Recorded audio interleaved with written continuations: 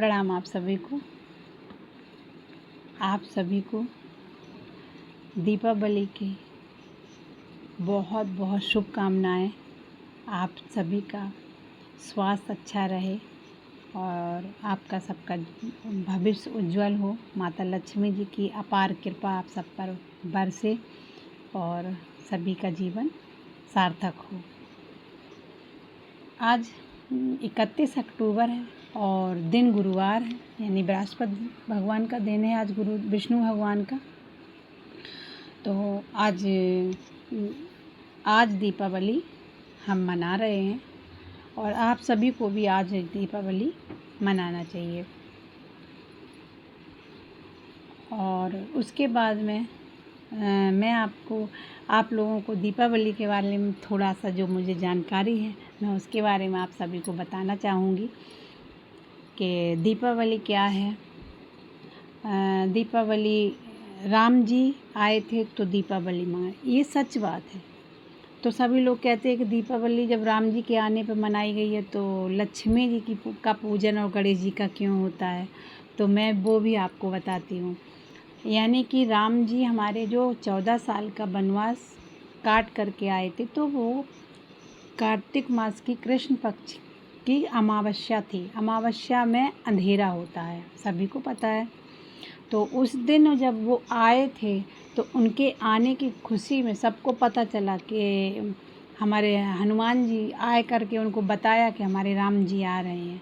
तो वो जब आ रहे थे तो सबको पूरा आसपास का नगर, मान लो जिसके नगर का राजा आ रहा हो, और तो फिर जनता तो पहुंचती है वहाँ पर।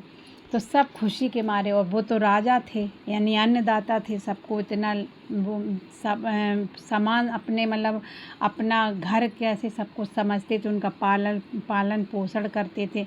तो सब जनता बहुत बहुत खुशी थी। तो जब हमारे राम जी आए तो श्री राम जी को जब आने की खबर सुनी तो अंधेरा था। तब इतना ये तो आज का तो जितना आज का इलेक्ट्रॉनिक वाला हो गया, ऐसा तो कुछ था नहीं। तब अंधेरा था, तब वही दिया बत्ती जलती थी। तो लोगों ने सोचा इतने वर्षों बाद हमारे श्री राम जी आ रहे हैं, हमें उनके दर्शन करने हैं। तो जितने भी रास्ते में गांव पड़ते थे सभी लोग उत्सव की वजह से उन्होंने इतनी खुशी थी कि हम कैसे भी हम उनकी जब वो निकलेंगे तो हम एक झलक उनकी देखने के लिए उन्होंने सभी ने अपने घर में इतनी रोशनी की, सबने दिए जलाए। तो पूरा जहाँ से वो चले और जहाँ तक आए अयोध्या तक सभी ने इतने दिए जलाए। तो क्योंकि किस लिए कि उनके दर्शन मात्र के लिए। तो ये तो हो गया हमारा दिए वाला। तो दिए तो जलते हैं राम जी के आने पर ही। दूसरा, अब कहा जाता उसी दिन हमारी लक्ष्मी जी जो समुद्र मंथन हुआ था, विष्णु भगवान ने जो समुद्र मंथन किया था, उसमें हमारी जो कार्तिक मास की अमावस्या के दिन में तो हमारी माता लक्ष्मी प्रकट हुई। उसमें समुद्र मंथन से लक्ष्मी माता निकली। तो उस दिन उन्होंने, अब लक्ष्मी माता हैं वो तो देवी मैया हैं, तो उनकी पूजा करना तो हमारा सौभाग्य है। तो वो माता लक्ष्मी जब प्रकट हुई तो उनके पूजन के लिए किया गया। तो जब उनके लिए बनाया गया, नगर में आए तो दीपावली दिए तो जल ही रहे थे। तो उसी के अवसर पे उनका एक मुहूर्त निकला और वहाँ पे उनका पूजन किया। गणेश जी क्यों बैठते हैं?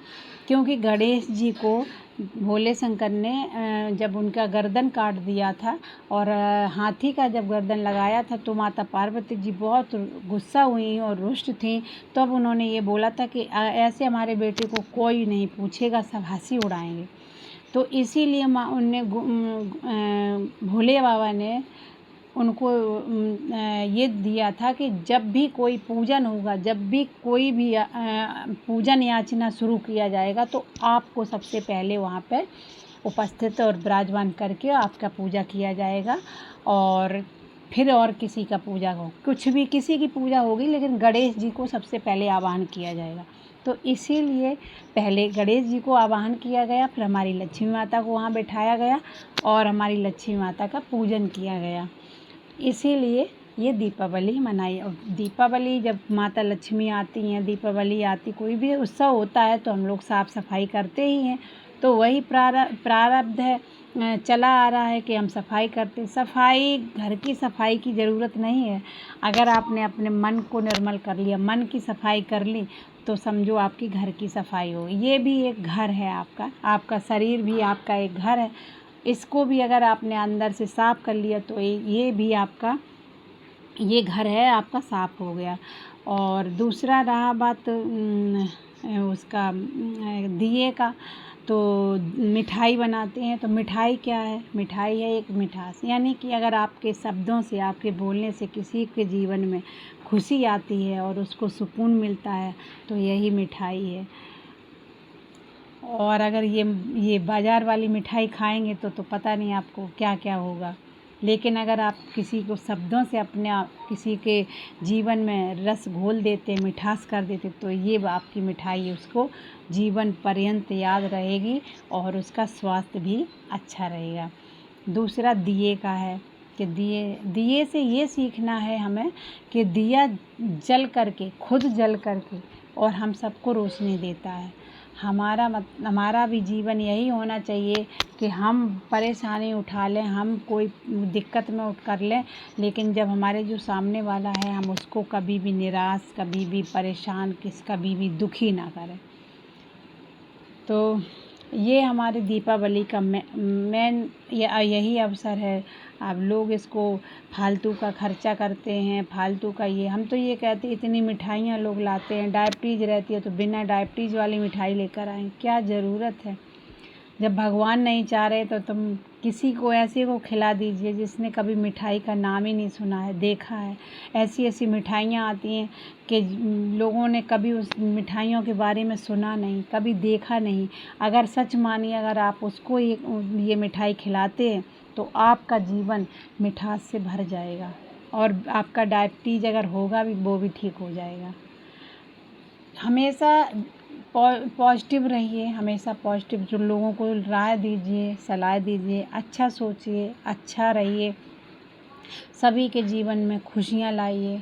और राम जी से सीखना है कि वो उन्होंने एक श्री राम भगवान होते हुए भी उन्होंने एक मानव का रूप रखा और हम लोगों को प्रेरणा दी कि आप एक इंसान को कैसे जीना चाहिए, कैसे रहना चाहिए, कैसे अपने माता पिता की आज्ञा का पालन करना चाहिए, कैसे मतलब उन्होंने सारा कुछ अगर आप सीखें रामायण से, तो हम तो ये कह रहे भगवान, वो भी भगवान बन सकता है।